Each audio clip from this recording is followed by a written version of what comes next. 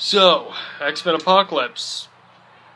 The last movie was about making Brett Ratner disappear. Making X-Men Origins disappear. More so than X-Men Origins Wolverine already did. There's got to be a documentary about the making of that movie.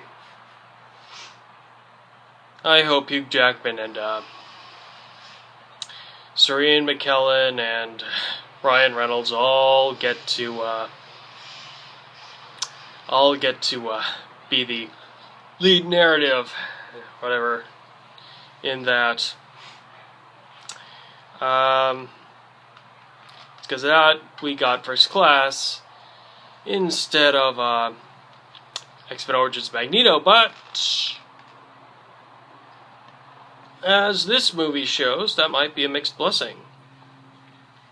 As of this film, the Blackbird and Cerebro are back, but not in a predictable fashion.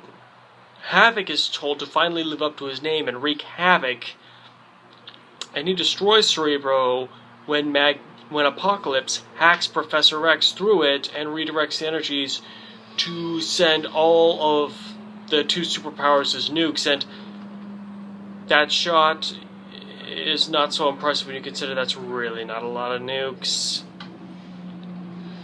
that we're seeing all up into space.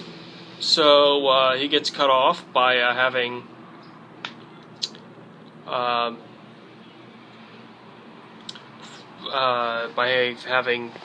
the connection physically destroyed, so we're not going to be seeing that. And then he opens up a portal to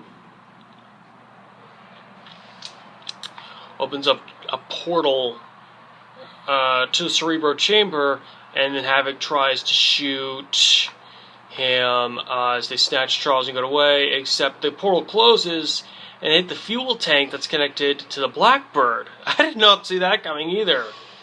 And it's under the basketball court, so it's the chamber itself is under the school, so it explodes under the school, and we get that Sweet Dreams sequence.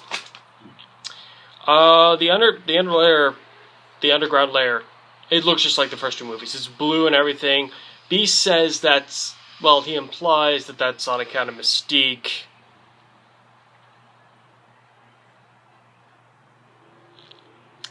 You're still on the pill, man. You're still a four-eyed guy with hand feet. You're not blue, you're still hiding, but I guess so is she. Because she looks like a blonde Katniss Everdeen for most of this movie.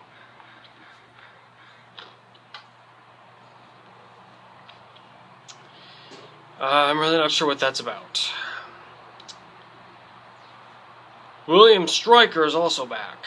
That's how we get our Weapon X cameo. They're captured and taken to Alkali Lake. It's back!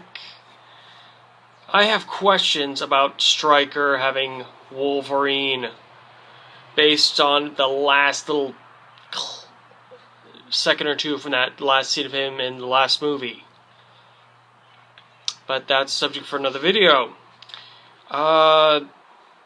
First few X-Men movies were extremely darkly lit, very dim, very subtle hues. But Jubilee's in here. People are seeing this who are very excited to see her. She has bright yellow and a coat and a pink shirt. She looks like she just stepped out of the old TV show, or her time running around Wolverine. And that's a pleasant change. That's bright. Those are bright colors. Lord knows we don't need more early 2000s superhero movies. Was it Daredevil or bad AMV making that ruined Evanescence's Bring Me to Life for me?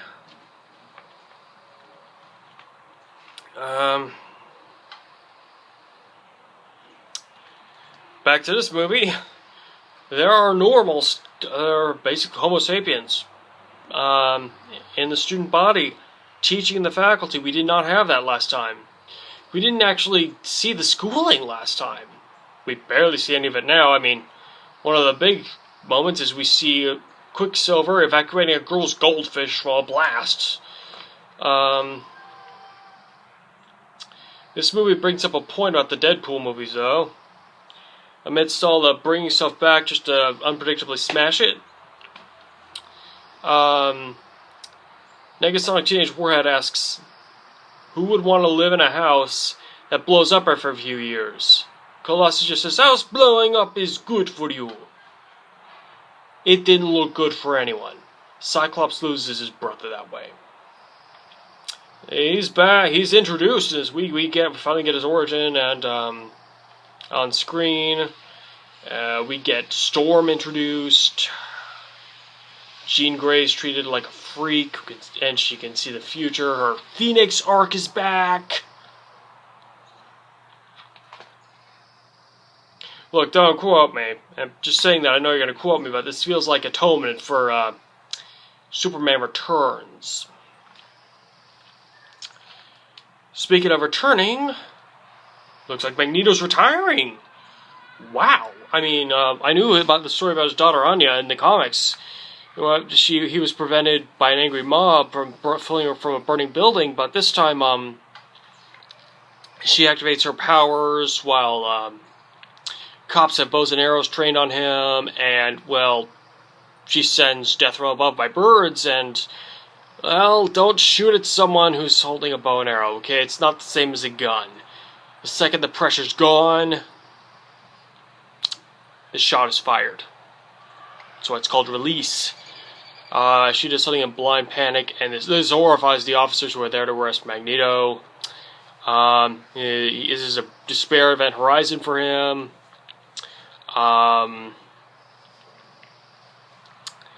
And he briefly comes to Magneto again, and Apocalypse takes advantages, except he realizes he betrayed Xavier, and yeah, with what Apocalypse tries to do with Xavier, that's really not a good idea to have Max on your team. He will walk, and then he just walks off at the end, not wearing his clothes. There's a dangling plot there about Quicksilver waiting to come out as his son. He never really has the courage to say it. I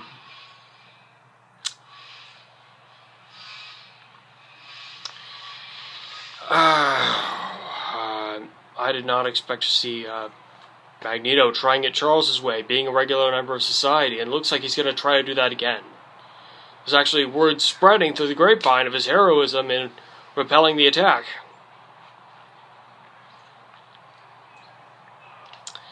Speaking of, which, Mystique's back. And she's a regular! I wonder if we can get any Rebecca Romijn cameos. Well, any more Rebecca Romijn cameos for her disguises. And that's it. Really hope you see the movie. It's a good movie. Outside of the blockbuster blowing up stuff. And tune in again. Please like, share, and subscribe. I'm out.